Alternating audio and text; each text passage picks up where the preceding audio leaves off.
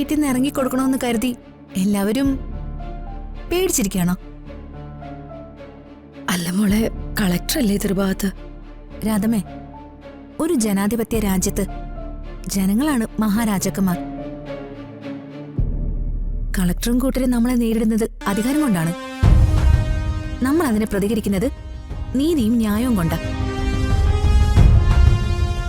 കാരണം അർഹതപ്പെട്ട നീതി നമുക്ക് കിട്ടിയേ പറ്റൂ. എവള് ഞാൻ വിചാരിച്ചതുപോലെ അല്ല. എന്റെ മരുമോളെ പോലെ വാഴയല്ല, ഒരു മന്ത്രിയാവാനുള്ള പവറൊക്കെ ഉണ്ട്. രാധമ്മയും വേണമെങ്കിലും ഒന്ന് ആലോചിച്ച് നോക്കി. ആർക്കെങ്കിലും ഒരു ദ്രോഹം നമ്മൾ ചെയ്തിട്ടുണ്ടോ? മാന്യതയ്ക്കും മര്യാദയ്ക്കും ജീവിക്കുന്ന നമ്മുടെ നേരെ ഇത്ര അനീതി ആക്രമണങ്ങളും വരുമ്പോ നമ്മൾ കൈയും കെട്ടി നോക്കി നിൽക്കണോ? മോളെന്താ പറഞ്ഞു വരുന്നത്? എന്താ മോളുടെ ഉദ്ദേശം? അത് ഞാൻ പറയാം. അതിനു മുൻപ് നിങ്ങളുടെയൊക്കെ ഈ പേടി മാറ്റിയേ പറ്റൂ. ഈ വീട് നമ്മൾ വിലയ്ക്ക് വാങ്ങിച്ചതാ. ഭാസ്കരൻ അത് നമുക്ക് വിലയ്ക്ക് തന്നതിന് റെക്കോർഡും ഉണ്ട്, ഇല്ലേ? ഉണ്ട്. പിന്നെ എന്തിനാ നമ്മൾ പേടിക്കുന്നേ? ധൈര്യപൂർവ്വം നേരിടണം. ഭയന്ന അടുക്കളയിൽ മാറി നിന്ന് വിഷമിച്ച് കരഞ്ഞു തീർക്കുന്ന കാലമൊക്കെ കഴിഞ്ഞുപോയി. ആ പറഞ്ഞത് കറക്റ്റ്. ദുബായിലും ഗൾഫിലും ഒക്കെ പെണ്ണുങ്ങൾക്ക് ഏത് മുതുപാതിരായ്ക്കും ഒറ്റയ്ക്ക് നടക്കാം. ഇവിടെ ഒന്ന് നടന്നു നോക്ക്, അപ്പൊ കാണാം. അതിനവിടുത്തെ നിയമം വേറെയാ.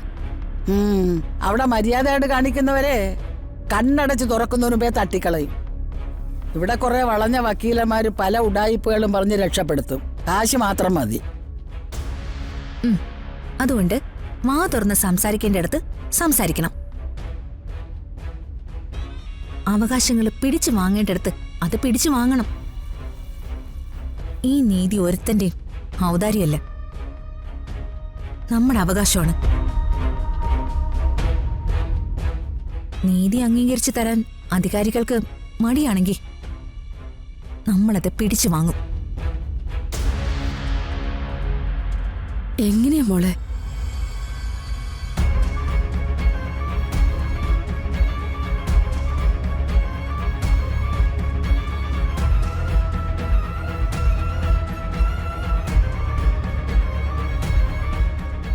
സെൻട്രൽ ജയിലിൽ കിടന്ന് ഉണ്ട തിന്നേണ്ടി വരുവോ?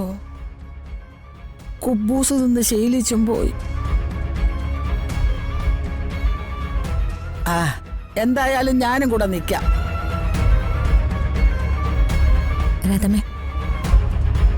രാധമ്മയ്ക്ക് 4 മക്കളുണ്ട്. അതിലൊരാളാ ഞാൻ.